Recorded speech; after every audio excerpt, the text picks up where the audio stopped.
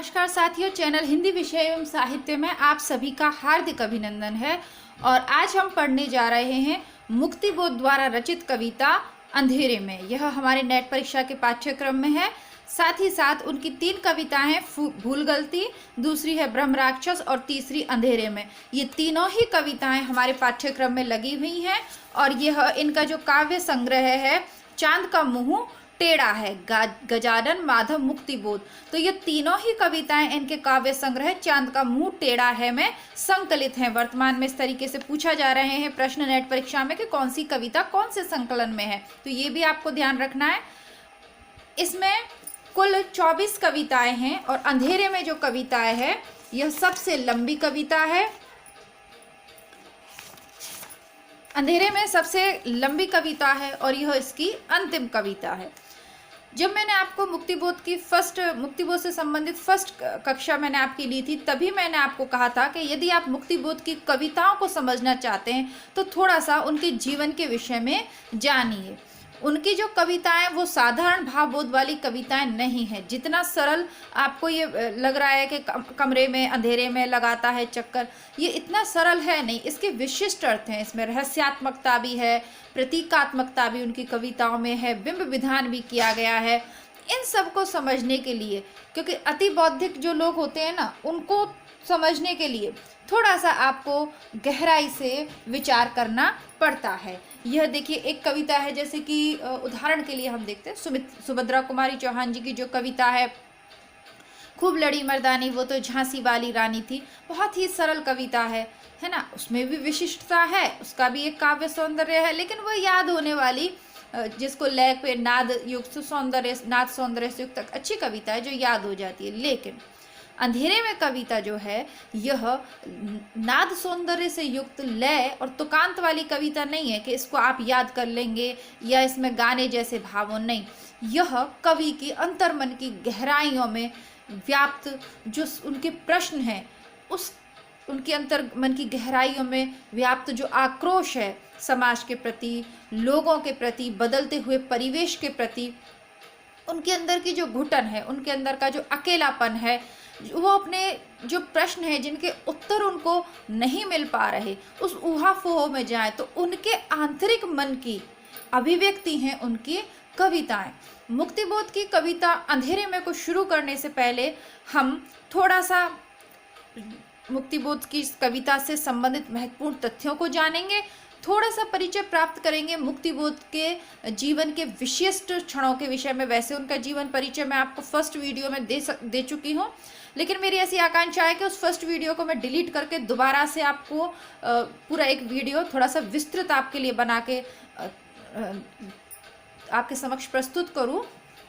लेकिन अंधेरे में कविता के लिए आइए थोड़ा सा देख लेते हैं। बाकी अंधेरे में कविता को देखिए अगर आप तो इनको क्रम से पढ़िए। भूल गलती सबसे छोटी कविता है, लेकिन उसके माध्यम से आप मुक्तिबोध को समझ जाएंगे कि हाँ, मुक्तिबोध इस तरीके के कवि हैं, इनकी विचारधारा ऐसी है। उसके बाद जब आप ब्रह्म राक्षस को पढ़ेंगे तो आप समझ जाएंगे कि अति बौद्धिक व्यक्ति हैं वो, जिनकी जो बौद्धिकता उसको अभिव्यक्ति इतनी नहीं मिल रही, समाज द्वारा उनको स्वीकृति उतनी नहीं मिली उनके काव्य को। हाँ, उनकी मृत्यु के बाद उनको बहुत यश प्राप्त हुआ और वर्तमान पीढ़ी के सबसे पसंदीदा कवियों में से है मुक्तिबोध, क्योंकि वर्तमान पीढ़ी का जो खालीपन है, जो ऊहापोह है, जो उनके मन में सवाल हैं, उन सब का प्रतिनिधित्व करते हैं युवा वर्ग का मुक्तिबोध। लेकिन अपने जीवन में उन्हें वह यश नहीं मिला जिसके कि वो हकदार थे।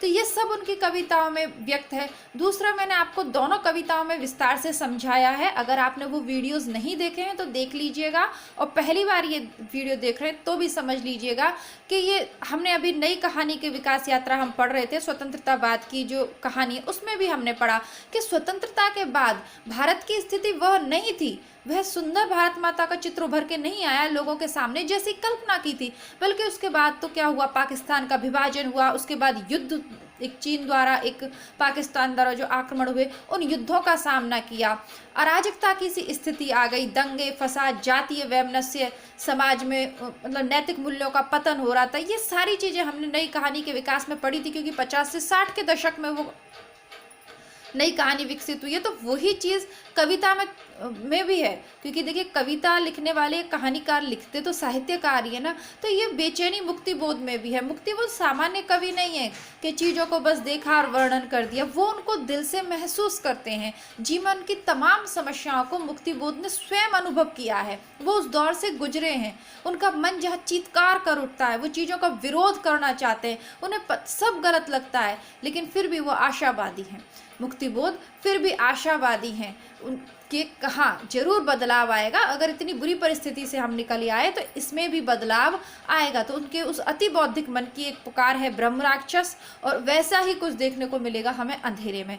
आइए पहले थोड़ा सा जान लेते हैं मुक्तिबोध के विषय में, फिर कविता के विषय में। अब अंधेरे में जो कविता है, इसकी पृष्ठभूमि क्या रही है, इसको आपको समझना पड़ेगा, तब आपको अंधेरे में कविता समझ में आएगी उसके सही अर्थ में। बाकी आप रटा रटाया तो किताब में वो प्रस्तुत है, मैं आपको पढ़ के सुना दूंगी, उसमें कोई विशेष बात ऐसी है नहीं, क्योंकि आप सभी लोग, हम सभी लोग एमए करके आए हैं, तो उसमें समझने लायक ऐसा कुछ नहीं है, कठिन ऐसे शब्द नहीं है जिनको आप समझ नहीं पाओ, लेकिन भाव बहुत गहरे हैं, उन भावों को समझना बहुत जरूरी है। मुक्तिबोध एक विशिष्ट प्रकार के कवि हैं। जैसे निराला का व्यक्तित्व है ना सबसे निराला, वैसे ही मुक्तिबोध भी सारी चीज़ों से मुक्त होके कविता करने वाले कवि हैं। देख लेते हैं कि उनकी कविता में ये जो भाव जो व्यक्त किए हैं ये कहाँ से आए। देखिए मुक्तिबोध शुक्रवारी में तिलक की मूर्ति के पास ही गली में रहा करते थे। एक्सप्रेस मिल के मजदूरों पर जब गोली चली तो रिपोर्टर की हैसियत से वे घटना स्थल पर मौजूद थे। उन्होंने सिरों का फूटना और खून का बहना अपनी आंखों से देखा। अंधेरे में शीर्षक उनकी सशक्त और मार्मिक कविता उनके नागपुर जीवन के बहुत सारे संदर्भ अपने अंदर समेटे हुए है।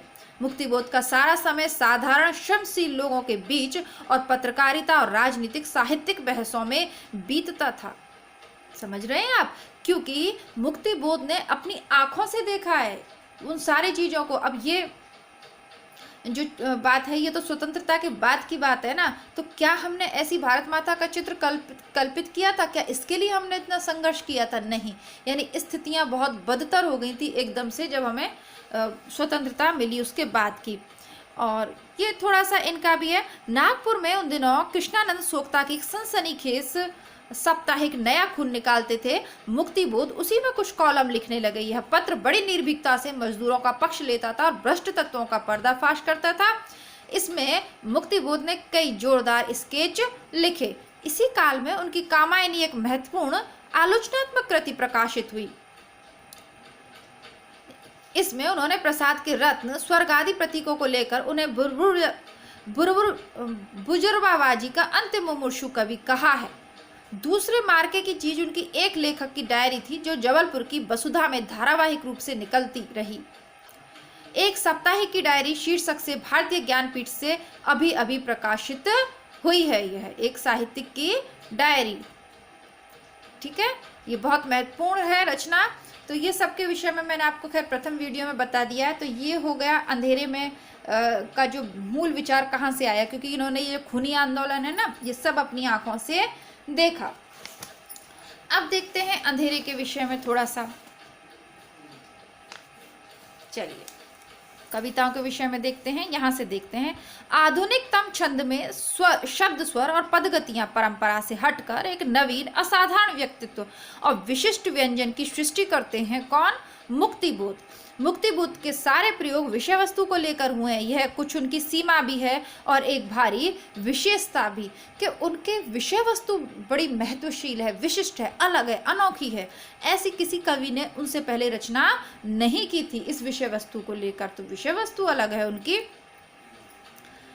विशिष्ट व्यंजन की सृष्टि करते हैं जिसका तर्क अपने में ही अपने लिए मात्र है। वैसा कुछ मुक्तिबोध के यहाँ क्यों मिलेगा, मगर उनके यहाँ, इसको दोबारा से देखते हैं हम। आधुनिक छंद में शब्द स्वर और पदगतियां परंपरा से हटकर एक नवीन असाधारण व्यक्तित्व और विशिष्ट व्यंजन की सृष्टि करते हैं जिसका तर्क अपने ही है, अपने लिए मात्र है। वैसा कुछ मुक्तिबोध के यहाँ क्यों मिलेगा, मगर उनके यहाँ मुक्त छंद की निरालीय गति में प्रस्तुत राजनीतिक सामाजिक इतिहास का मूल्यांकन जो काव्य तत्वों के माध्यम से होता चलता है, वही कविता की मुख्य शक्ति है। अपनी शैली में मुक्तिबोध अमूर्त को मूर्त करने की सहज शक्ति है। ये ध्यान देने योग्य, अमूर्त जो चीजें हैं जो हमें दिखाई नहीं देती, क्या हमारा अंतर्मन हमें दिखाई देता है? नहीं दिखाई देता ना। तो अति बौद्धिकता को उन्होंने ब्रह्म राक्षस बना दिया, दरबार का भूल गलती में दरबार का चित्र प्रस्तुत किया। अमूर्त को मूर्त करने की सहज शक्ति है। अंधेरे में भी बार बार आपके ये शब्द काम आएंगे, ध्यान रखिएगा आप इसको। ये जरूर है कि कभी कभी ऐसा महसूस होता है कि पेड़ों के जंगल में अकेले पेड़ का अस्तित्व खो जाता है, लेकिन तब उस जंगल का व्यक्तित्व इतना सजीव चित्रित होता है कि व्यक्ति की सजीवता उस पर ईर्ष्या करे। मुक्तिबोध की शक्तिशाली मानवतावादी रोमानियत में अमूर्त का सविस्तार मूर्तिकरण किया गया है। समाजवाद के धरातल पर प्रतिष्ठित किए जाने के कारण एक ऐसी प्रखर स्पष्टता धारण कर लेता है जिसमें भयानक से भयानक, विद्रूप से विद्रूप और कोमल से भी कोमल फैंटेसी को हम अपनी सांसों में महसूस कर सकते हैं। मुक्तिबोध की कुछ लंबी कविताएं आधुनिक हिंदी काव्य की विशिष्ट देन है, जिनमें अंधेरे में प्रमुख है, जो इस संग्रह में संकलित है। यह कविता देश के आधुनिक जन इतिहास का स्वतंत्रता पूर्व और पश्चात का एक दहकता इस्पाती दस्तावेज है। ये कहा है शमशेर बहादुर सिंह ने, यानी जो कुछ भी हम पढ़ रहे हैं वो शमशेर बहादुर सिंह ने अपनी पुस्तक में लिखा है। तो अगर यह प्रश्न पूछा गया है, पूछा जा सकता है दोबारा, जन इतिहास का स्वतंत्रता पूर्व और पश्चात का एक दहकता इस्पाती दस्तावेज कहा है अंधेरे में कविता को किसने? शमशेर बहादुर सिंह ने। इसमें गजब और अद्भुत रूप से व्यक्ति और जन का एकीकरण है। देश की धरती, हवा, आकाश, देश की सच्ची मुक्ति, आकांक्षी नस नस इसमें फड़क रही है और भावनाओं के अनेक गुम्फित स्तरों पर, यानी नस नस फड़क रही है, यानी कवि का हृदय आंदोलित है वास्तविक स्वतंत्रता प्राप्त करने को। डॉक्टर प्रभाकर माचवे का कहना है कि यह गरनी का इनवर्स है, ग्यूरेनी का इनवर्स है। इसके बहुत से अंश प्रकाशों के विश्व प्रसिद्ध चित्र जैसा ही प्रभाव डालते हैं, यानी कि एक पूरा के पूरा चित्र हमारे समक्ष प्रस्तुत कर देते हैं मुक्तिबोध। अंधेरे में मुक्तिबोध की एक ऐसी कविता है जिसमें उनकी काव्यात्मक शक्ति के अनेक तत्व घुल मिलकर एक महान रचना की सृष्टि करते हैं, जो रोमानी होते हुए भी अत्यधिक यथार्थवादी और एकदम आधुनिक है। आधुनिकता विशेषता है और यथार्थवादी भी है, और किसी भी कसौटी पर उसको जांचा जाए, मैं कहूँगा कि वह आधुनिक युग की कविताओं में सर्वोपरि ठहरती है। उसके बिंब और प्रतीक और संकेत और संदर्भ, शब्द और ध्वनि चित्र बड़ी गहरी और विविध गूंजें हमारी भावनाओं में भर जाते हैं। देख रहे हैं आप, ये कोई सामान्य कवि की कविता नहीं है, बहुत ही विशिष्ट और महत्वपूर्ण कविता है जो हमारी भावनाओं को उद्वेलित कर देती है। उसमें मुक्तिबोध का कवि व्यक्तित्व वाल्ट हिटमैन और वायस्की के शिल्प और शक्ति से टक्कर लिखता है और अपनी जमीन पर अप्रतिहत और अद्वितीय रहता है। अद्वितीय यानी ऐसी दूसरी कोई कविता है ही नहीं हिंदी साहित्य में। इस कविता का हमारी अमर राष्ट्रीय कविताओं में शुमार होगा, मुझे इसमें कंचित भी संदेह नहीं। हिंदी के स्वस्थतम आधुनिक काव्य सृष्टि की यह सर्वोपरि विजय चिन्ह है। इसमें उद्धरण देने की आवश्यकता नहीं, पाठक सीधे स्वयं इसका आस्वादन करें। अब क्योंकि शमशेर बहादुर सिंह ने जब इसको लिखा था तो आज से काफ़ी साल पूर्व इसको लिखा गया था, काफ़ी वर्ष पूर्व इसको लिखा हुआ था। इसका जो पहला संस्करण है 1964 में आया था, तब इन्होंने लिखा था। तो इन्हें पूरा विश्वास था कि जो आगामी जो पीढ़ी आएगी वो काफ़ी महत्वपूर्ण उसके लिए सिद्ध होंगे मुक्तिबोध, और यह हुआ भी है। वर्तमान में युवा पीढ़ी के पसंदीदा कवि हैं मुक्तिबोध। ठीक है, तो इसको समझने के लिए आपको थोड़ा सा विस्तार से शांत मन से इसको आपको सुनना पड़ेगा। जैसे मैंने आपको कहा, ये कोई गाना गाने वाली जैसी कविता नहीं है कि मैं गा दूँ और आप याद कर लें, या थोड़ा सा जैसे मैं आपसे कहती हूँ कि जो गोदान वगैरह उपन्यास चैनल पे उपलब्ध है उनको आप अपने डेली रूटीन के काम करते हुए भी सुन सकते हैं। लेकिन प्लीज़ मुक्तिबोध की कविताओं के साथ आप ऐसा नहीं करिएगा। मुक्तिबोध को जब आप पढ़ने बैठें तो फ़ोन को हाथ में लीजिए, ध्यानपूर्वक शब्दों को देखिए, भावों को ग्रहण करिए और शांत मन से शांत वातावरण में बैठ के इन कविताओं को सुनने का और समझने का प्रयत्न करें। तो आपके दिल को बहुत अच्छी लगेंगी, छू जाएंगी आपके दिल को ये कविताएं, इतने गहरे भाव बोध लिए हुए हैं। और इसके अंधेरे में से संबंधित जो महत्वपूर्ण प्रश्न हैं वो एक जगह मैंने आपके लिए लिख दिए हैं, तो इसको देखते हैं। अंधेरे में कविता प्रकाशित हुई थी 1964 में और ये फैंटेसी शैली में लिखी हुई है। रामविलास शर्मा ने इस कविता के बारे में क्या कहा है कि अपराध भावना का अनुसंधान है ये कविता। यह आरक्षित जीवन की कविता है। ये दोनों ही बातें अंधेरे में कविता के लिए कही हैं रामविलास शर्मा जी ने। प्रभाकर माचवे ने क्या कहा है? प्रभाकर माचवे जी कहते हैं कि संपूर्ण कविताओं को लावा कहा है, दहकता हुआ लावा। देखते हैं ना लावा क्या होता है, एकदम ज्वालामुखी फटता है तो जो गर्माहट निकलती है, तो वही जो ज्वालामुखी उनके अंदर धधक रहा है मुक्ति बोध का, जब वो अभिव्यक्ति के रूप में बाहर निकलता है तो उनकी तो लावा बन जाता है। तो उनकी कविताओं को क्या कहा है? लावा। किसने कहा है? प्रभाकर माचवे ने लावा कहा है। और रामविलास शर्मा ने क्या कहा है? अपराध जीवन का अनुसंधान या अपराध भावना का अनुसंधान और आरक्षित जीवन की कविता।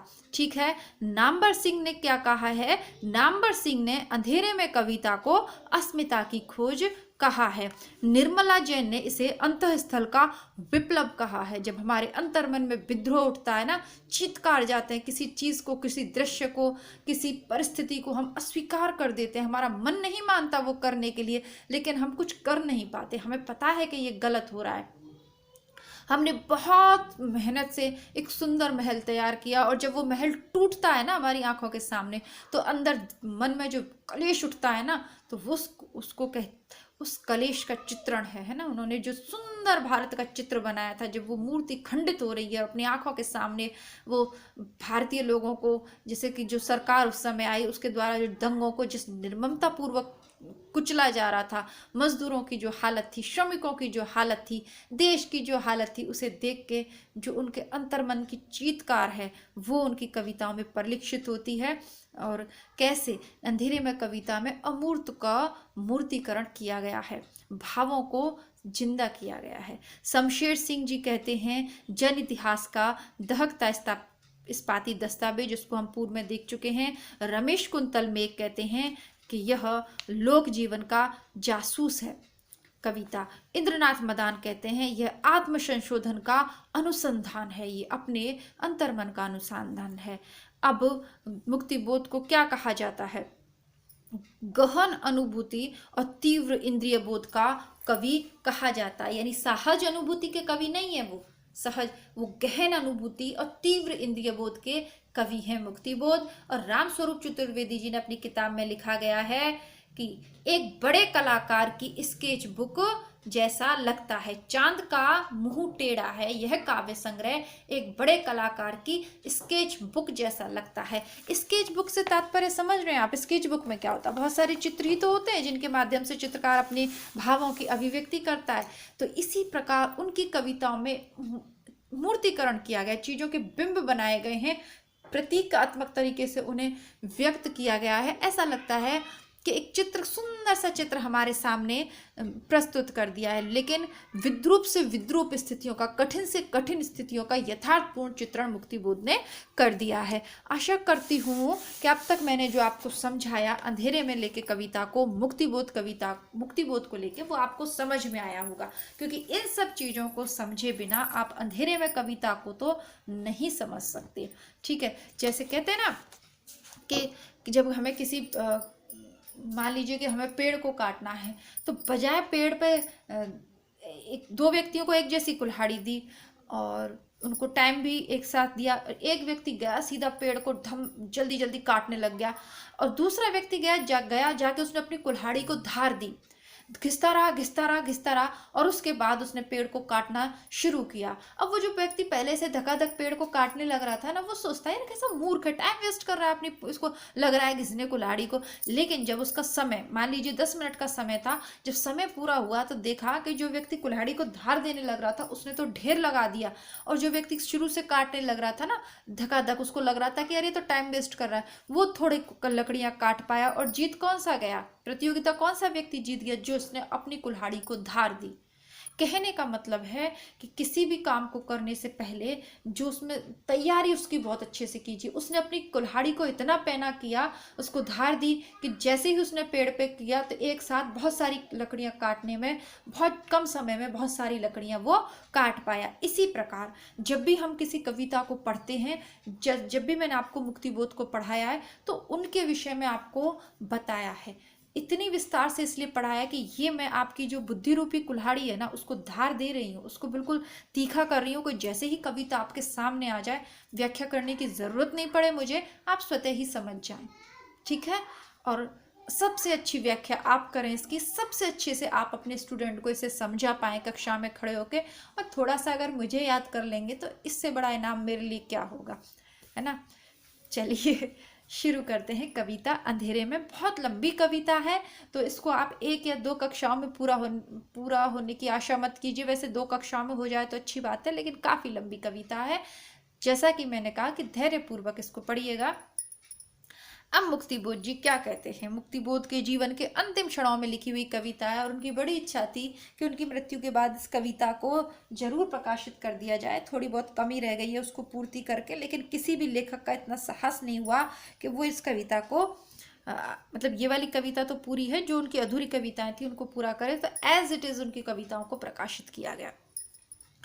देखते हैं मुक्तिबोध जी क्या अनुभव कर रहे हैं। ब्रह्म राक्षस के आगे की कविता है, इसीलिए मैंने आपको पहले भूल गलती के बाद ब्रह्म राक्षस और ब्रह्म राक्षस के बाद अंधेरे में पढ़ा रही हूँ, ताकि आपकी अंधेरे में तक पहुँचते पहुँचते समझ बिल्कुल सटीक हो जाए कि आपको मुक्तिबोध को पढ़ने जा रहे हैं। आप किसी सामान्य कवि की यहाँ बात नहीं हो रही है। अंधेरे में, जैसा कि नाम ही है कविता का, इसका पूरा नाम था अंधेरे में आशंका के द्वीप, लेकिन आशंका के द्वीप मुक्तिबोध जी ने हटवा दिया, अंधेरे में केवल नाम रखा, लेकिन सही स्पष्टीकरण इसका उसी से होता है, अंधेरे में आशंका के द्वीप। बहुत सारी आशंकाएं कवि के मन में व्याप्त हैं, मुक्तिबोध जी के मन में व्याप्त हैं। वो क्या आशंकाएं देखते हैं। जिंदगी के कमरे में अंधेरे, लगाता है चक्कर कोई एक लगातार। जिंदगी के कमरे में, तो जिंदगी के कमरे क्या होंगे भाई, हमारे कमरे तो ये छोटे छोटे घर हैं, तो जिंदगी के बहुत सारे कमरे हैं, यानी बहुत सारे पड़ाव हैं जिंदगी के, जिनमें जिंदगी रहती है ना। हमारी जिंदगी बहुत सारी जगह रहती है। कुछ लोग बहुत महत्वपूर्ण होते हैं जिंदगी में, कुछ परिस्थितियां बहुत महत्वपूर्ण होती हैं, कुछ जगह बहुत महत्वपूर्ण होती हैं। इस तरीके से जिंदगी के कमरे में अंधेरे। अंधेरे क्या है, अंधेरे क्या है, रोशनी और अंधेरे का मतलब हम किससे लेते हैं, दुख से, आशंकाओं से। लगाता है चक्कर कोई एक लगातार, कोई एक व्यक्ति है जो लगातार चक्कर लगा रहा है। आवाज पैरों की देती है सुनाई बार बार, वह नहीं दिखता, नहीं ही दिखता, किंतु वह रहा घूम, तिलिस्म खो में गिरफ्तार कोई एक। अब वो क्या कह रहे हैं कि जिंदगी के कमरों में चारों तरफ मेरे तो अंधेरा फैला हुआ है, जिंदगी की सभी परिस्थितियां अंधेरे से युक्त मुझे दिखाई दे रही हैं, लेकिन फिर भी मुझे ऐसा महसूस होता है कि कोई व्यक्ति है जो लगातार चक्कर काट रहा है, लेकिन वो दिखता नहीं है। आ गया ना, रहस्यवाद की बात आ गई। अब कल्पना की बात आ जाती है। किंतु वह रहा घूम, तिलिस्मी खो में गिरफ्तार कोई एक, भीत पार आती हुई पास से, गहन रहस्य में अंधकार ध्वनि सा। भीत पार, भीत होती है दीवार, दीवार के उस पार से को ऐसा लगता है कोई आवाज आती आती हुई एकदम पास आ गई। गहन रहस्य में अंधकार ध्वनि सा। कैसा अंधकार है, गहन रहस्य में, रहस्य से युक्त, जिसमें कुछ भी स्पष्ट नहीं हो रहा, ऐसे अंधकार जीवन में व्याप्त है, जिसमें कोई भी स्थिति, कोई भी परिस्थिति स्पष्ट नहीं दिख रही। ध्वनि सा, जैसे ध्वनि प्रवेश करती रहती है ना पास आते आते, वैसे ही वो अंधकार लगातार पास आता जा रहा है। तिलिस्मी खो में गिरफ्तार कोई एक, और कोई तिलिस्मी खो में गिरफ्तार है, यानी उसमें बंधा हुआ है, क्योंकि जीवन में विभिन्न प्रकार की परिस्थितियों के अंतर्गत ऐसा लगता है जैसे किसी ने हमें जकड़ रखा है। हम निकलना चाहते हैं उन परिस्थितियों से, उस दुख से, उस अवसाद से, उस घुटन से बाहर निकलना चाहते हैं, विद्रोह करना चाहते हैं, लेकिन ऐसा लगता है किसी ने हमें गिरफ्तार कर लिया है। पैरों की आवाज हमें सुनाई दे रही है कि कोई हमारे पास आ रहा है, लेकिन हमें दिखाई नहीं दे रहा। यानी कि हमें ऐसा लगता है कि समस्याएं सॉल्व हो जाएंगी, लेकिन कैसे होंगी ये इसका कोई प्रतीक हमें दिखाई नहीं दे रहा। आगे देखते हैं।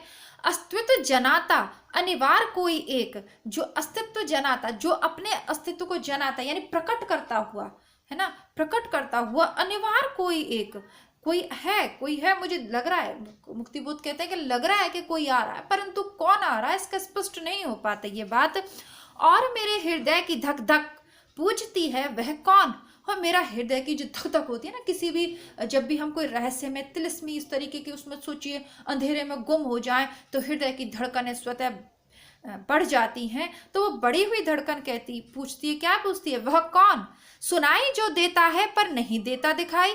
कौन है वो जिसकी पदचाप तो हमें सुनाई दे रही है लेकिन दिखाई नहीं दे रहा? इतने में अकस्मात गिरते हैं भीतर से फूले हुए पलिस्तर, खिरती है चूने भरी रेत, खिसकती है पपड़ियां इस तरह। और इतने में क्या होता है कि जो बंद अंधेरे कमरे में है ना हम जिंदगी के में, उसमें क्या है? प्लस्तर, ये जो दीवारों पे हम करते हैं सीमेंट का प्लस्तर, ये फूला हुआ है, यानी कि सील के मारे, सील और उससे फूला हुआ है, वो गिरने लगता है। चूने भरी रेत, और दीवारों से क्या है, जो चूने भर भर के रेत भरी हुई है वो गिरने लगती है, पपड़ियां छूटने लगती हैं खुद ब खुद अपने आप। कोई बड़ा चेहरा बन जाता है स्वयं अपी, और उनमें कोई बड़ा सा चेहरा बन जाता है अपने आप ही। मुख बन जाता है दीवार पर नुकीली नाक और भव्य ललाट है। अब ये जब पपड़ियां उतरती हैं दीवार पे तो कैसी संरचना सी बन जाती। कभी देखा होगा ना आपने, दीवार पे कहीं से पुताई हट जाती है या कमरे में सीलन है, और कभी कभी हम छत पे भी, अब तो खैर वैसी छतें होती हैं प्लेन, लेकिन जो पट्टियां वाली छत होती थी ना, इनमें विभिन्न सारी आकृतियां बनी होती थी। या जैसे कि आपने कभी आसमान में बादलों को जुड़ते हुए आकृतियां बनाते हैं ना, कभी लगता है मुंह बन गया, कभी तो ऐसी ही कल्पना वो दीवार पे जो प्लस्तर व्लस्तर उखड़ा हुआ है उस पर वो कल्पना करते हैं। कैसे? मुख बन जाता दीवाल पर नुकीली नाक और भव्य ललाट है। माथा कैसा है? एकदम चौड़ा, और नाक कैसी है? एकदम नुकीली, दृढ़ हनु, और ठोड़ी कैसी है? कठोर। कोई अनजानी अनपहचानी आकृति, कौन वह दिखाई जो देता पर नहीं जाना जाता है? कौन? मनु। वो कहता है कि कौन है वो अनजाना अनपहचानी आकृति जो दिखाई देती है, जो चेहरा उसका दीवार पे दिखाई दे रहा है पर नहीं जाना जाता। अब पहले तो केवल सुनाई दे रहा था, अब उसका चेहरा भी दीवार पे अंकित हो गया, लेकिन फिर भी वो नहीं पहचाना जाता। कौन है वो? क्या वो मनु है? मनु को तो आप लोगों ने कामायनी पढ़ी होगी तो आप जानते होंगे। तो मनु यानी सृष्टि का प्रारंभ करता जो एकमात्र बचा था, प्रलय के बाद जो एकमात्र व्यक्ति बचा था मनु, क्या वो है? प्रश्नवाचक चिन्ह है। बाहर शहर के पहाड़ी के उस पार तालाब, अंधेरा सब ओर। अब क्या है? शहर के बाहर भी यदि जाओ, पहाड़ी के उस पार, है ना, ब्रह्म राक्षस भी तो एक गुफा में रहता था, तो बाहर शहर के पहाड़ी के उस पार एक तालाब है, अंधेरा सब ओर, लेकिन अंधेरा सब जगह है। निस्तब्ध जल, जल एकदम रुका हुआ है, शांत है, पर भीतर से उभरती है सहसा सलिल के तम श्याम शीशे में कोई श्वेत आकृति।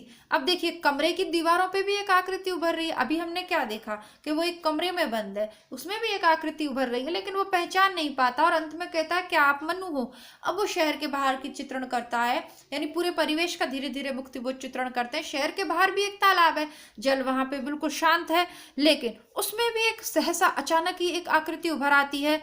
सलिल के तम श्याम शीशे में, शलिल यानी पानी, तम यानी अंधकार, श्याम यानी काला, शीशे में कोई श्वेत आकृति, उस काले से जल में कोई सफेद आकृति, कुहरीला कोई बड़ा चेहरा फैल जाता। कोहरे से, कोहरे के कारण ही तो आकृति बनती है, तो कोई बड़ा सा चेहरा फैल जाता और मुस्कुराता है, मुस्कुराता है, पहचान बताता है, वो अपनी पहचान भी बताता है, किंतु मैं हतप्रभ, नहीं वह समझ में आता। अच्छा, पहले तो वो केवल पदचाप सुनाई दे रही थी, फिर उसका चेहरा बना, लेकिन दिखाई नहीं दे रहा था, लेकिन फिर दीवार पे चेहरा बन गया, अब दिखाई देने लग गया दीवार पे, तो भी वो उसको नहीं पहचान रहा।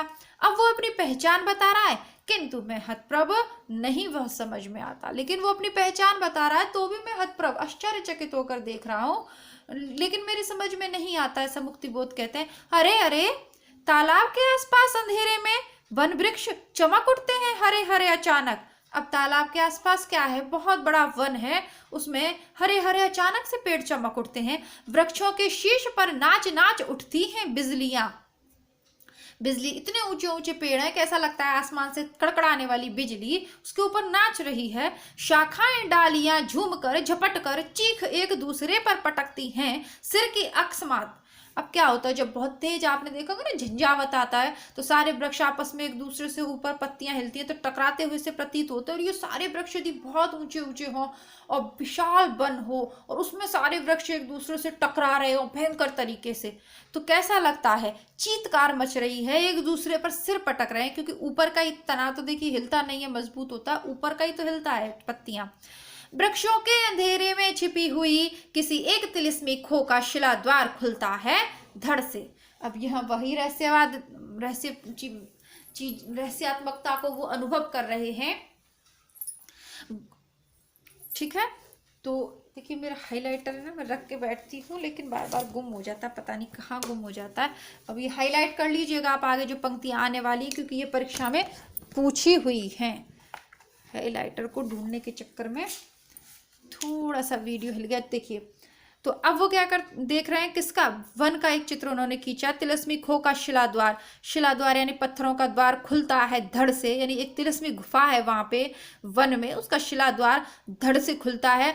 घुसती है लाल लाल मशाल अजीब सी, अंतरल विवर के तम में लाल लाल कुहरा, कुहरे में सामने रक्तालोक स्नात पुरुष एक रहस्य साक्षात।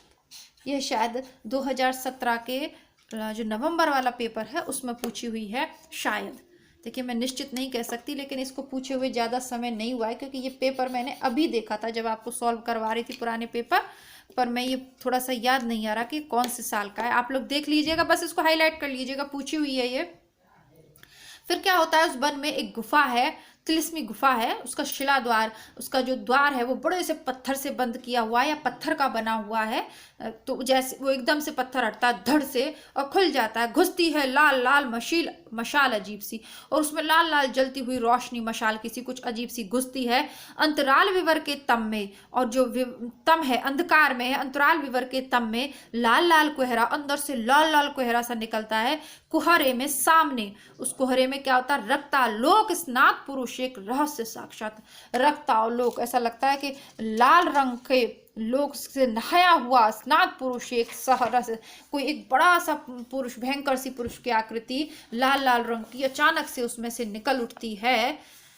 साक्षात कैसा लगता है, कोई रहस्य हो, कुछ समझ में नहीं आता। अब वो दिख भी रही है, पहले पदचाप सुनाई दे रही थी, फिर दिखने लगी, फिर वो अपना परिचय भी दे दिया, अब वो प्रकट हो गई, लेकिन फिर भी रहस्य लग रहा है क्योंकि कुछ समझ ही नहीं आ रहा क्या हो रहा है। तेजो प्रभाव में उसका ललाट देख, और तेज उसका प्रभाव से, तेज के प्रभाव से जो उसका ललाट चमक रहा है, जो उसका माथा चमक रहा है, उसे देखकर मेरे अंग अंग में अजीब एक थरथर, उस मेरे अंग अंग में क्या हुआ, कवि के अंग अंग में क्या कहते हैं, अजीब सी थरथराहट उठती है। गौर वर्ण, गोरा रंग, दीप्त दृग, प्रज्वलित एकदम चमकती हुई आंखें, सौम्य मुख, मुख पर सौम्यता, संभावित स्नेह सा प्रिय रूप देखकर, स्नेह का जैसे संभावित जो होता है ना, ऐसा ही तो होता है स्नेह का संभावित सा रूप, प्रिय रूप देखकर विलक्षण शंका, मन में एक विलक्षण शंका उभर रही है। भव्य आजानुभुज देखते ही साक्षात गहन एक संदेह, और भव्य आजानुभुज, आजानुभुज कहते हैं भगवान राम को, वह पुरुष जिसकी भुजाएं उसके घुटनों को स्पर्श करें उसको आजानुभुज कहते हैं ना। उसकी उनकी स्तुति में भी तो है ना रामचंद्र, आजानुभुज सर चाप धर संग्राम जित कर दूषणम, तो आजानुभुज कहते हैं भगवान विष्णु को। तो उनकी साक्षात कैसा लगता है, आजानुभुज, ऐसा लगता है कि सामने एकदम भगवान ईश्वर आ गया हो। गहन एक संदेह, अब फिर से एक संदेह उभर आता है मन में कि सच्चाई क्या है। वन में गुफा का द्वार उठता है, चारों तरफ लाल लाल रोशनी छा जाती है, उसमें एक बहुत विशाल आकृति वाला दृढ़ पुरुष सामने आके खड़ा हो जाता है। ऐसा लगता है लाल लाल प्रकाश में नहाया हुआ वो आ रहा है। उसके जो स्नेह का जो प्रेम पूर्ण जो चित्र होता है वैसा उसका मुख है, लेकिन फिर भी मन में एक आशंका है, शंका है कि ये कौन है, आजानुभुज कौन है, साक्षात जो मेरे सामने आ खड़ा हुआ यह कौन है। वह रहस्यमय व्यक्ति अब तक न पाई गई मेरी अभिव्यक्ति है। ठीक है, जैसा कि मैंने कहा कि ब्रह्म राक्षस के बाद ही इस कविता को पढ़िएगा। वह रहस्यमय व्यक्ति क्या है, वह अब तक न पाई गई मेरी अभिव्यक्ति है, पूर्ण अवस्था वह। अब वो कह रहे हैं कि वो रहस्यात्मक व्यक्ति कौन है, ये मेरी वो अभिव्यक्ति है जो अभी तक मैं नहीं कर पाया, यानी वे बौद्धिक मन में अत्यधिक इंटेलिजेंट व्यक्ति, अत्यधिक बौद्धिक व्यक्ति है जो वो अभिव्यक्त नहीं कर पा रहे, उनको शब्द नहीं मिल रहे, मुक्तिबोध को शब्द नहीं मिल रहे अपनी भावनाओं को व्यक्त करने के लिए। अब वो कहते हैं कि जो रहस्य है वो जो सामने खड़ा है वो मेरी वो अभिव्यक्ति है जो अभी तक व्यक्त नहीं हो पाई, मेरे मन के वो भाव जिन्हें मैं लिख नहीं पा रहा, जिनके लिए शब्द ही नहीं मिल रहा है कि मैं कैसे अपने मन के उद्गारों को व्यक्त करूं, वो अभिव्यक्ति साक्षात मेरे सामने आके खड़ी हो गई। पूर्ण अवस्था वह पूर्ण अवस्था है किस चीज की, निज संभावनाओं की। अपनी संभावनाओं की, निहित प्रभावों की, प्रतिभाओं की मेरे परिपूर्ण का आविर्भाव, हृदय में रिस रहे ज्ञान का तनाव, वह आत्मा की प्रतिमा। देखिए ये नए नए प्रतीक, ये नए नए शब्द जो मुक्ति बोध ने यहाँ चुने हैं, क्या आपने कभी पढ़े हैं? ऐसे नहीं पढ़े ना, इसीलिए मैं कहती हूँ बहुत ही प्यारे और बहुत ही विशिष्ट कवि हैं मुक्ति बोध जी। अब वो क्या है, वो रहस्य क्या है, वो क्या है जैसे वो समझ नहीं पा रहे? वो उनका अंतर्मन है जो अभिव्यक्त होने के लिए व्याकुल है, लेकिन उसकी अभिव्यक्त हो नहीं पा रहा। पूर्ण अवस्था में क्या है, वो निज संभावनाओं की अभिव्यक्ति है, उनके प्रभावों की अभिव्यक्ति है, प्रतिभाओं की अभिव्यक्ति है। मेरे परिपूर्ण का आविर्भाव है, आविर्भाव यानी प्रकट होना। तो मेरा जो परिपूर्ण है, जहाँ मैं स्वयं को, क्योंकि जब वो स्वयं को अकेला, खालीपन महसूस करते थे, ब्रह्म राक्षस एक अकेला दूर जाके समाज से कटा हुआ रहता है, लेकिन अंधेरे में अब उसको वो जो साक्षात रहस्य में मूर्ति वहां प्रकट हो गई है। मेरे परिपूर्ण का आविर्भाव, अगर मैं परिपूर्ण हो जाऊंगा, अगर मैं जो करना चाहता हूं वो मैं अगर कर पाऊंगा, तो फिर वो इसी रूप में प्रकट होगा। हृदय में रिस रहे ज्ञान का तनाव है वह, जो मेरे हृदय में ज्ञान रिस रहा है, जितना सारा साहित्य, इतनी सारी दुनिया, जैसे कि हमने ब्रह्म राक्षस में पढ़ा था ना, प्रमेय, ज्यामिति सब पढ़ डाला उस ब्रह्म राक्षस ने। तो उस ज्ञान का तनाव वह आत्मा की प्रतिमा, और मेरी अंतरात्मा की प्रतिमा है वह, जो लाल, इतना भव्य, ऊंची, बहुत ऊंचा एक लाल, सोचिए जितनी ऊंची आपकी नजर जा रही है उतना विराट लाल रूप, उतना विराट उनकी आत्मा का जो ज्ञान उन्होंने अपने अंदर प्राप्त किया है, उस आत्मा की वो प्रतिमा है, वो रहस्य, वो विशाल लाल लाल सा जो उनको दिखाई दे रहा है। समझ में आ रहा हो तो प्लीज़ लाइक कर दीजिएगा। आप लोग वीडियो देख लेते हैं लेकिन लाइक करना भूल जाते हैं, हालांकि मुझे डेली डेली कहना अच्छा नहीं लगता, पर कहना पड़ता है जी। लाइक करना तो छोड़िए, आप लोग तो वीडियो देखकर चले जाते हैं और सब्सक्राइब भी नहीं करते, ये तो गलत बात है ना। प्रश्न इतना, जितना अच्छे से आप लोगों को समझाने के लिए मैं पढ़ती हूँ ना, सच में मैंने एग्जाम पास किया था ना इतनी गहराई से, तो तब भी मैंने नहीं पढ़ा होगा जितने प्यार से मैं आप लोगों को पढ़ाती हूँ, है ना। प्रश्न थे गंभीर, शायद खतरनाक भी, इसलिए हुआ क्या कि जो मुक्ति बोध जी के उसमें जो गंभीर प्रश्न थे वो शायद खतरनाक भी थे, इसीलिए बाहर के गुंजान जंगलों से आती हुई हवा ने फूंक मार एकाएक मशाल ही बुझा दी कि मुझको यूं अंधेरे में पकड़कर मौत की सजा दी।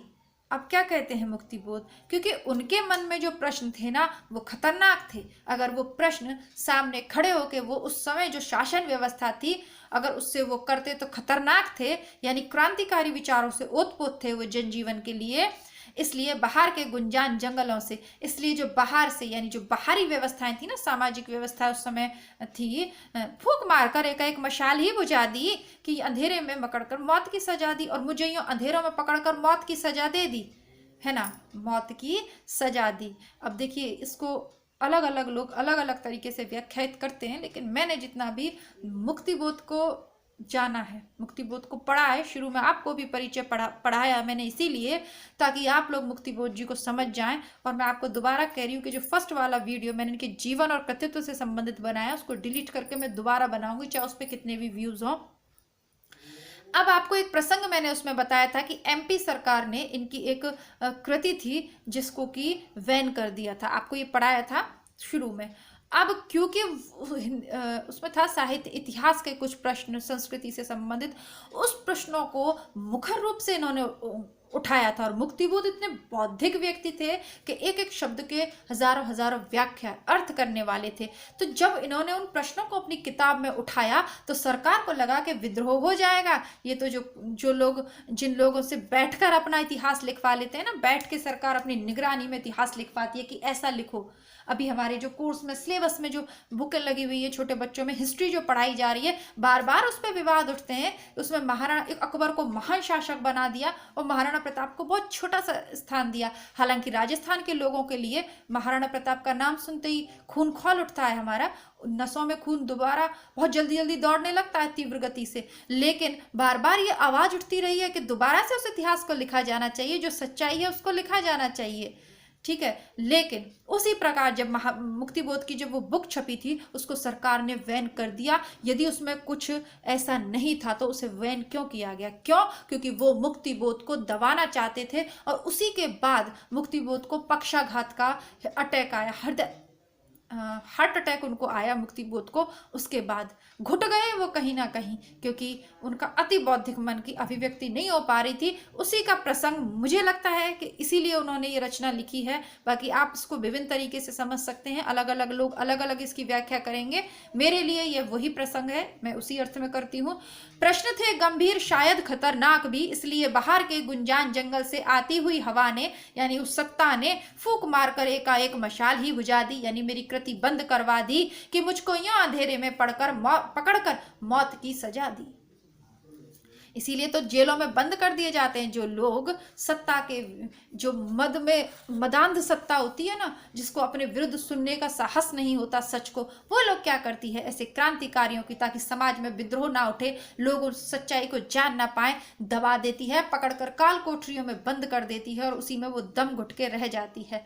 लेकिन सच तो कभी छुपता नहीं है, वो एक अलग बात है। किसी काले डैश की घनी काली पट्टी ही आंखों पे बंद गई, जो डैश होता है ना, डैश चिन्ह जो लगाते हैं हम, किसी खड़ी पाई की सूली पर मैं टांग दिया गया, किसी शून्य बिंदु के अंधियारे खड्डे में गिरा दिया गया मैं अचेतन स्थिति में। आपने देखा है परिचय में कि काफी समय तक मुक्तिबोध अचेतन स्थिति, कोमा में चले गए थे, ये स्थिति हो गई थी। देखिए, व्यक्ति को बहुत ज्यादा संवेदनशील नहीं होना चाहिए, इतना भी ज़्यादा इमोशनल नहीं होना चाहिए कि आपको कोई भी चीज़, आप इतना भी आप किसी से प्यार ना करें कि कोई भी, जैसे मुक्तिबोध को अपनी रचनाओं से, अपनी बौद्धिकता से, अपना जो लेखन था उससे इतना प्रेम था कि यह उसकी जो तिरस्कार है सहन नहीं कर पाए, है ना। और आर्थिक कष्ट भी बहुत थे, वैवाहिक जीवन भी नहीं चल रहा था, अति बौद्धिक व्यक्ति होना भी एक तरीके से श्राप में हो गया इनके लिए। किसी काले डैश की घनी काली पट्टी ही आंखों पे बंद गई, किसी खड़ी पाई की, खड़ी पाई समझते ना आप, सीधा सा डंडा लगाते हैं, वो ये सारे नए नए प्रतीक यूज कर रहे हैं। देखिए, प्रयोगवादी कवि रहे हैं मुक्तिबोध, तो नए नए प्रयोग हैं कविता में। शून्य बिंदु, वो जो हम डॉट लगाते हैं ना पूर्ण, तो वो शून्य बिंदु के अंधियारे खड्डे में गिरा दिया गया मैं अचेतन स्थिति में। अपनी यथार्थता का वर्णन करें। शून्य के मुख पर सलवटे स्वर की, मेरे ही उर पर धसती हुई सिर छटपटा रही शब्दों की लहरें।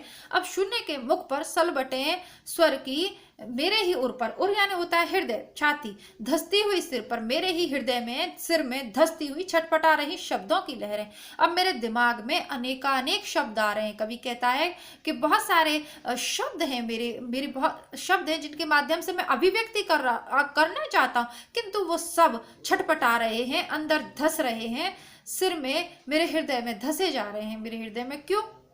मेरे ही उर पर धसती हुई सिर छटपटा रही है, मेरे हृदय में वो छटपटा रहे हैं क्योंकि अभिव्यक्ति कर नहीं पा रहे वो, और करते हैं तो दबा दी जाती है। मीठे हैं दुसह, मीठी हैं दुसह, वो सब के सब मुझे बहुत प्यारे हैं, बहुत रस है उनमें, बहुत मीठी हैं, लेकिन दुसह बहुत से लोगों के लिए वो असहनीय है, और मेरे लिए भी, यानी कवि के लिए भी ये दर्द असहनीय है, जो उनके हृदय से, जो उनके शब्द, उनके जो दिमाग में शब्द आ रहे हैं, उनके हृदय में जो धसते जा, उनको वो अभिव्यक्त नहीं कर पा रही, यह स्थिति दुस्सह है, तभी तो वो अंदर ही अंदर घुट रहे हैं। अरे हाँ, साकल की रह रह बसती है द्वार पर, अरे हाँ, साकल ही रह रह कर, कुंदी बजाते ना, कोई आता है तो, अब तो घंटी होती है इलेक्ट्रॉनिक, तब नहीं होती थी, साकल ही बजाते थे।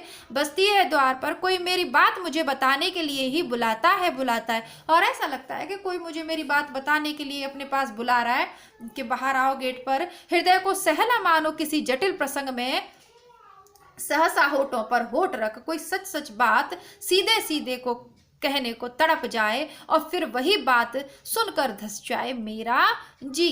अब ऐसा लगता है कि कोई मुझे बुला रहा है गेट पर, हृदय को सहलाकर, हृदय को थोड़ी सी सांत्वना देकर, मानो किसी जटिल प्रसंग में, जब कोई किसी से बहुत टफ बात करनी होती है ना, जैसे कि मान लीजिए हमारे पिताजी से हमें कोई आज्ञा लेनी हो, हमें पता हो कि इस बात को आज्ञा नहीं मिलेगी, तो हम उनको थोड़ा सा क्या बोलते हैं उसको, पैम्पर कर, थोड़ा सा उनको बहलाने फुसलाने का, अच्छी क्या कहते हैं, मक्खन लगाने की कोशिश करते हैं, तो वही चीज है। हृदय को सहलाकर मानो किसी जटिल प्रसंग में, सहसा होठों पर होठ रख, कोई सच सच बात सीधे सीधे कहने को तड़प जाए, कोई जो सच बात है उसको सीधा सीधा कहने के लिए कोई तड़प जाए, और फिर वही बात सुनकर धस जाए मेरा जी। इस तरह साकल ही रह रह बसती है द्वार पर, आधी रात इतने अंधेरे में कौन आया मिलने, लेकिन तड़प रहा है कि कहने को, लेकिन कह नहीं पाता, और जब वो बात कह दी जाती है तो उसको सुनकर मेरा ही जी धस जाता है। यानी कोई सही सही बात जब मेरे इतने निकट आकर मेरे हृदय को सहलाकर मुझे बता देता है हिम्मत करके, तो मेरा ही जी धस जाता है। यानी सत्य को जानकर मेरा जी धस जाता है, व्याकुल हो जाता है कि क्या यह सच है। इसे साकल ही द्वार, यानी बार बार कोई आपके द्वार खटखटाता है, आपके हृदय के द्वार खटखटाता है, अभिव्यक्ति बाहर आना चाहती है, आपकी साकल खटखटा रही है। फिर वो सोचते हैं इतनी रात अंधेरे में कौन आया, विमन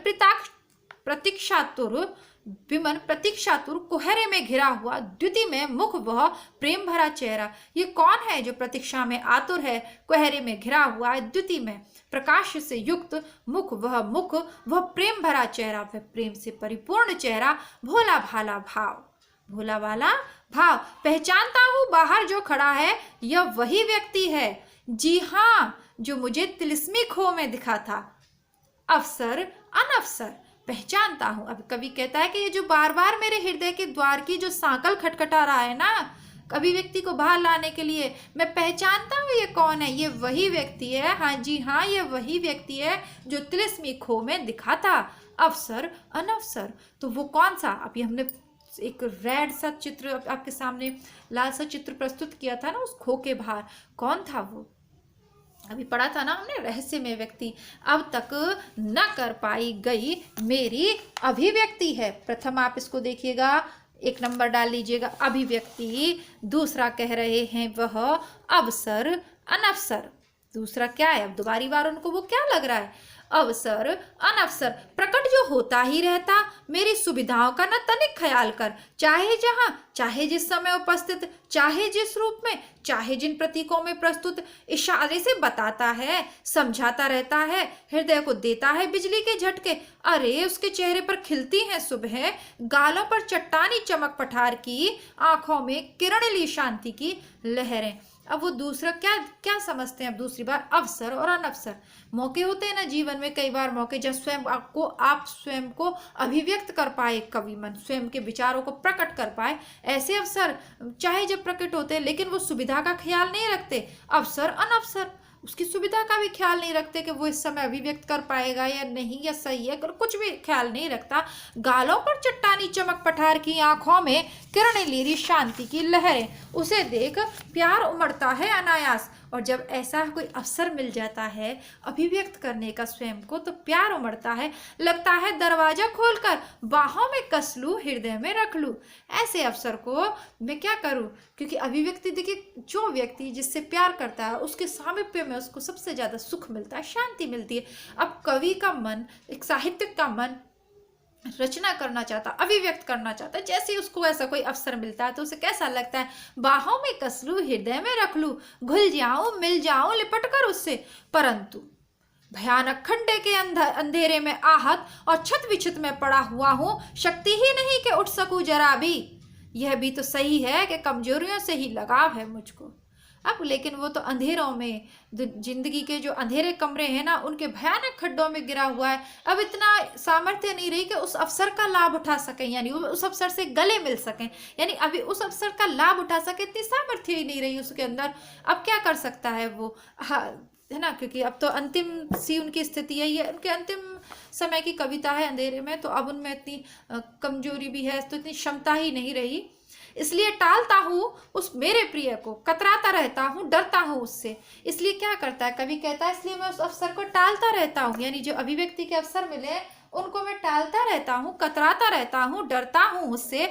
वह बिठा देता है तुंग शिखर के खतरनाक खुदरे कगार तट पर। वो क्यों डरता है, क्योंकि वह इसलिए डरता है कवि, क्योंकि अब सामर्थ्य तो है नहीं उसमें अभिव्यक्ति करने की उतनी, और क्योंकि अब करे भी तो बहुत सारी, देखिए इनका जीवन परिचय हमने पढ़ा है, तो बार बार मैं आपको नहीं बताऊंगी, बहुत सी बातें आप वहां से जोड़ के देखिएगा। इसलिए टालता हूँ उस मेरे प्रिय को, कतराता रहता हूँ, डरता हूँ उससे, क्योंकि वह बिठा देता है तुंग शिखर पर, ऊंचे शिखर पर, खतरनाक खुरदरे कगार तट पर, यानी पतले से उस पे, नुकीले उस पे सोचनीय स्थिति में ही छोड़ देता मुझको। कहता है पार करो पर्वत संधि के गुहर रस्सी के पुल पर चलकर। देखिए आपने देखा होगा ना, एवरेस्ट के कई बार आपने वर्णन देखा कि जो ऊंची ऊंची पर्वत श्रृंखलाएं होती हैं, बीच में एक रस्सी बांध दी जाती है, नीचे बहुत गहरी खाई होती है। तो वो कहते हैं कि ऐसा कहते हैं कि रस्सी के पुल पर चलकर पार कर लो, दूर उस शिखर कगार पर स्वयं ही पहुंचो। तुम दूर वो जो शिखर है, वो कगार है, ऊंचा जो उसका वो नुकीला सा शिखर है, वहां पर स्वयं ही पहुंचो। अरे भाई मुझे नहीं चाहिए शिखरों की यात्रा, मुझे डर लगता है ऊंचाइयों से। बजने दो सांकल, उठने दो अंधेरे में ध्वनियों के बुलबुले। वह जन वैसे ही आप चला जाएगा, आया था जैसे खड्डे के अंधेरे में, मैं पड़ा रहूंगा पीड़ाएं समेटे। अब कवि कह रहा है कि मुझ में भाई इतनी सामर्थ्य नहीं रही जो आप मुझसे करवाना चाह रहे हो, जो अवसर है, जो अभिव्यक्ति का, अब मुझे वो इतनी सामर्थ्य नहीं रही, मेरी दशा वैसी नहीं है। अब मैं अकेले यात्रा कैसे कर पाऊंगा, इतनी दुर्गम जीवन की जो कठिनाइयां हैं। आप कह रहे हो कि एक पतली सी रस्सी के सहारे, विश्वास की पतली सी रस्सी की डोर पे आप पार करके चले जाओ उन कठिनाइयों को, तो ये कैसे हो जाएगा कि उन इतने कठिनाइयों के दुर्गम दुर्गम पहाड़ों को एक छोटी सी रस्सी के माध्यम से, एक आशा की छोटी सी विश्वास की रस्सी के माध्यम से मैं पार कर जाऊं। भाई मुझ में इतनी हिम्मत नहीं है। अब मुझे इन ऊंचाइयों से डर लगता है। जो कोई मेरा सांकल बजा रहा है, जो कोई मेरा हित चाहने वाला, उसको बजाने दो, अंधेरे में ध्वनि के बुलबुलों को उठने दो। वह जैसे आया है वैसे ही चला जाएगा, मैं तो अंधेरे इस खड्डे में ही पड़े रहूंगा, अपनी पीड़ाएं समेटे, यानी अपने दुख दर्दों को समेटे यहीं पड़ा रहूंगा। क्या करूं क्या नहीं करूं मुझे बताओ, स्तंभ शून्य में तैरती है जगत समीक्षा की हुई उसकी, विवेक विक्षोभ महान उसका। मैं क्या करूं क्या नहीं करूं कोई मुझे बताओ। इस शून्य में, अंधकार में ही जगत की समीक्षा तैरती रहती है, जिसे कि मैं सह नहीं सकता, विवेक विक्षोभ महान उसका। तम अंतराल में सह नहीं सकता, अंधियारे मुझ में द्वितीय आकृति सा, भविष्य का नक्शा दिया हुआ उसका सह नहीं सकता। नहीं नहीं उसको मैं छोड़ नहीं सकूंगा, सहना पड़े मुझे चाहे जो भले ही। अब कवि एक बार तो अपनी हार मान लेते हैं, दूसरी बार कहते हैं कि ये जो जगत है, जो समीक्षा करता है, मैं गलत चीज को बर्दाश्त नहीं करूंगा, ठीक है, और मैं उसको छोड़ नहीं सकूंगा। और जो अभिव्यक्ति में जो सच की अभिव्यक्ति करना चाहता हूँ, सच्चाई की अभिव्यक्ति करना चाहता हूँ, मैं उस रास्ते पे चलना नहीं छोड़ूंगा, सहना पड़े चाहे मुझे चाहे कितने भी कष्ट सहने पड़े, चाहे समाज मेरे साथ कुछ भी व्यवहार करे, सरकार मेरे साथ कुछ भी व्यवहार करे, मुझे कोई सम्मान दे न दे, आर्थिक स्थिति कैसी हो जाए, मेरा व्यक्तिगत जीवन बर्बाद हो जाए, कुछ भी हो जाए, मुझे कुछ भी सहना पड़े, मुझे चाहे जो भले ही सहना पड़े, लेकिन मैं अपने उस मार्ग को नहीं छोड़ूंगा। काफी वीडियो लंबा हो गया, इसके आगे की जो कविता है वो कल के वीडियो में देखेंगे हम।